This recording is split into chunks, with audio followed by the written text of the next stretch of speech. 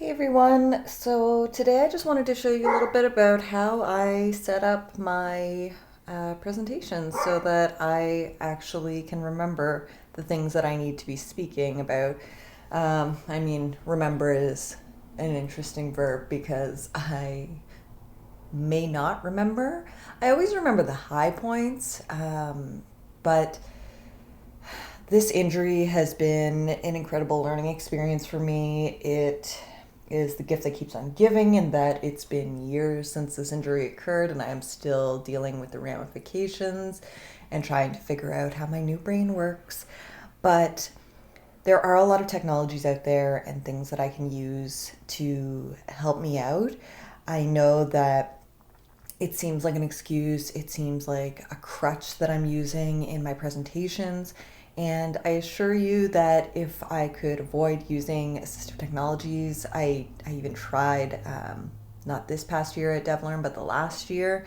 And I was still using PowerPoint at that time as an assistive technology, but I tried to go it alone without my iPad because I was presenting on a topic that I've presented over 20 times, a presentation that I'm very familiar with, I know the ins and outs of, but that I can't remember where I'm going and I lose my train of thought. So even for things that I had nailed down pat before my injury, sessions that I could deliver in my sleep, I still require an assistive technology for right now. And I'm not ashamed of that now. I know that there are times when I will get negative comments about it, or people just don't understand how much it has impacted me, or can't empathize with that from a presentation standpoint. And I get it. I mean, you're paying to be at a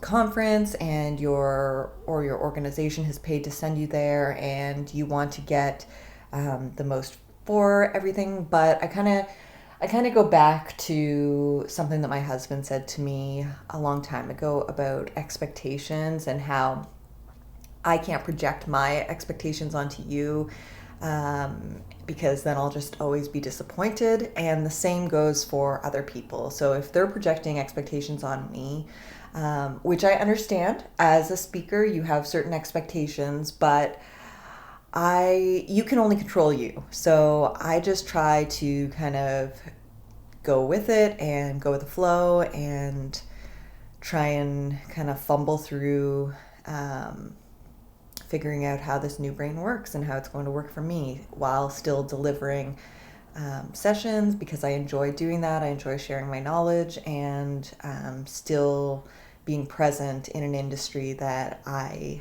really enjoy participating in. So, without further ado, this is Evernote, and I don't know I know I'm not optimizing it because I use it just for the notebooks. And basically what I do when I have a session is I will create a new notebook for it. So I have Build Your E-Learning Portfolio, which is the one that I know in and out, and have delivered over 20 times. So Build Your E-Learning Portfolio, basically what I do is I go slide by slide and I script everything out because I don't want to forget to deliver something. So I do that for all of my sessions. So we've got variables. So it's the exact same thing. Slide by slide, I go through. For the variables, we also had some job aids as well.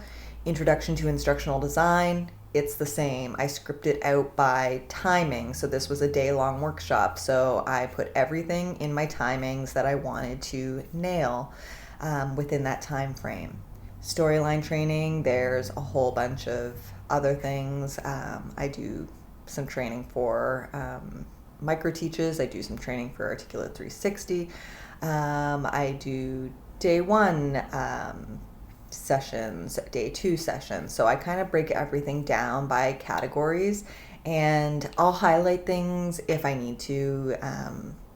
I'll indicate, for example, here, I'll indicate certain files or videos that I want to show.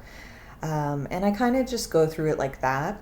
Now in PowerPoint, I do a similar thing, but basically what I do is I script everything out and then I work from a second monitor when I'm presenting. So this is not the PowerPoint that the students will get access to. They'll get maybe for example, this one has references, so they'd get my source references and they'd be able to kind of explore those elements in the notes pane as well as the main slides. So I'm not using